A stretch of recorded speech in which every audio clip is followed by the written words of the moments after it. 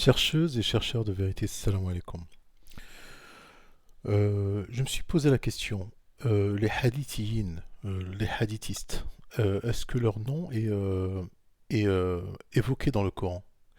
Si il est évoqué, sous quelle forme? Alors, selon mes recherches, le mot hadithiste existe dans le Coran, mais sous une autre forme, qu'on appelle dans le Coran al-lahu, hein, alladina yalghun, euh, Larou. Le mot larou veut dire hadith, c'est-à-dire que c'est des paroles mensongères en fait. Et il y a plusieurs versets où Allah parle de larou. On va commencer. Alors, bon, je vais écrire à la fin, je vais écrire les numéros de versets à chaque fois. J'ai quatre versets.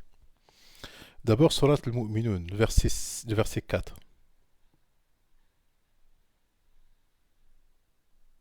Le verset 3. وَالَّذِينَ هُمْ عَنِ اللَّغْوِ مُعْرِضُونَ. Alors, les gens du paradis, c'est qui les gens du paradis? Bienheureux sont certes les croyants, ceux qui sont humbles dans leur salade, qui se détournent du chahut. Alors là, ils ont marqué des futilités. Moi, je parle je dirais du chahut. Ou des hadiths. J'irais directement, aujourd'hui, c'est connu hadith. Donc, on va appeler un chat. Ceux qui sont amples dans leur salade. Moi, j'aurais traduit comme ça, hein. Le premier, le un, 2, 3, 4, 5 jusqu'au 6.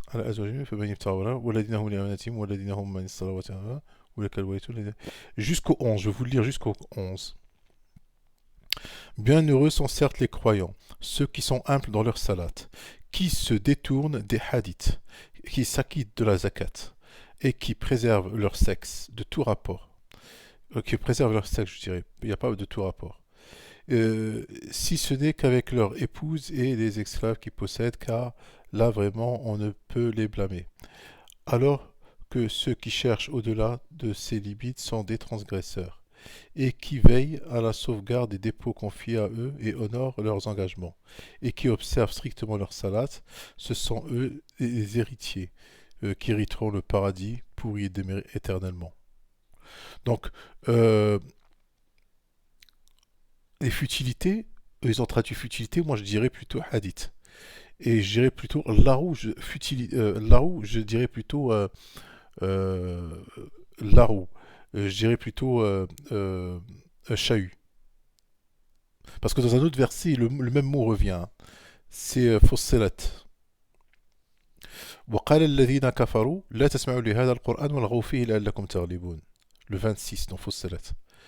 Et ceux qui avaient mécru dire, ne prêtez pas oreille à ce Coran et faites du chahut pendant sa récitation, afin d'avoir le dessus. Donc, wal raoufé. Donc c'est bien les hadiths. Qu'est-ce qui chahute le Coran aujourd'hui? Sincèrement, juste entre nous, hein. Qu'est-ce qui chahute le Coran aujourd'hui? C'est le hadith. Je vois pas autre chose qui peut chahuter le Coran. Après, je vais aller dans le troisième verset. Alors le 55, Qasas.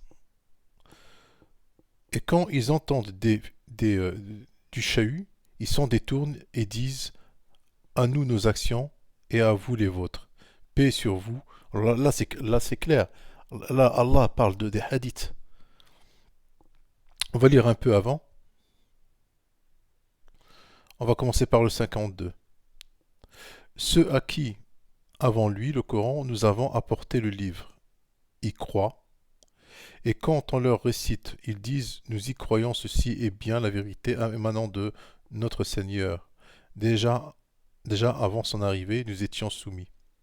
Voilà ceux qui recevront deux fois leur récompense pour leur endurance, pour avoir répandu au mal par le bien, et pour avoir dépensé de ce que nous leur avons attribué. Et quand ils entendent du chahut, c'est-à-dire des futilités, ils ont traduit par des futilités, moi j'irais du chahut, c'est-à-dire des hadiths, et quand ils entendent des hadiths, ils s'en détournent et disent à nous nos actions et à vous les vôtres. Paix sur vous, nous ne chercherons pas les, les ignorants. Donc voilà, le dernier verset, c'est Maïda le verset 89. Allah dit, Allah ne vous sanctionne pas pour les chahuts dans vos serments, mais il vous sanctionne pour les serments que vous avez l'intention d'exécuter. Bon, le verset il est un peu long, hein, je ne vais pas le lire jusqu'à la fin, il est un peu long. Hein. C'est un long verset. Il fait 6-7 lignes. Donc c'est juste le début du verset. Je fragmente pas, mais après, de toute façon, ça ne changera rien. On regarde juste le début du verset. Donc Allah ne vous sanctionne pas pour la frivolité dans vos serments. Moi, j'ai plutôt pour le chahut dans vos serments, ou pour les mensonges dans vos serments. Parce que le chahut, c'est le frère du mensonge.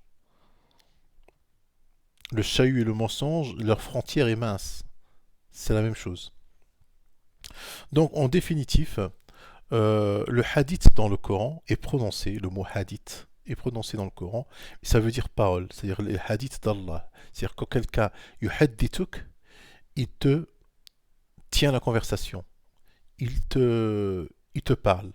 Yuhaddithuk, il te parle. Hadith vient du mot parole, c'est parole. Bon, Allah, il nous raconte un hadith. Allah, dans le Coran, son Coran, c'est un hadith. C'est une parole. Maintenant, eux, ils sont appropriés hadith an-Nabi. Le prophète a dit des hadiths.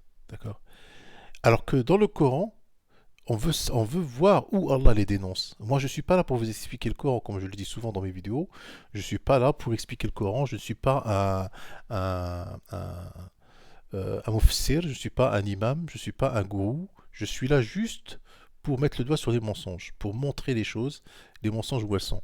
Et là, je vous montre le mot futilité ne veut pas dire futilité, c'est-à-dire le mot lahu veut dire hadith. Lahu veut dire chahut, veut dire hadith. Et je vais vous mettre les versets où c'est écrit, comme ça vous les lisez, il y en a 4, mais il y en a plusieurs, hein, il y en a plusieurs dans le Coran, mais là je vous en ai sorti que 4, et vous verrez la différence entre hadith, qui est prononcé dans le Coran, hadith, c'est-à-dire les paroles de Dieu, le vrai mot hadith, et le mot chahut, ou lahu, que je viens de vous expliquer, veut dire hadith. Veut dire les hadiths connus aujourd'hui. Il faut appeler un chat un chat.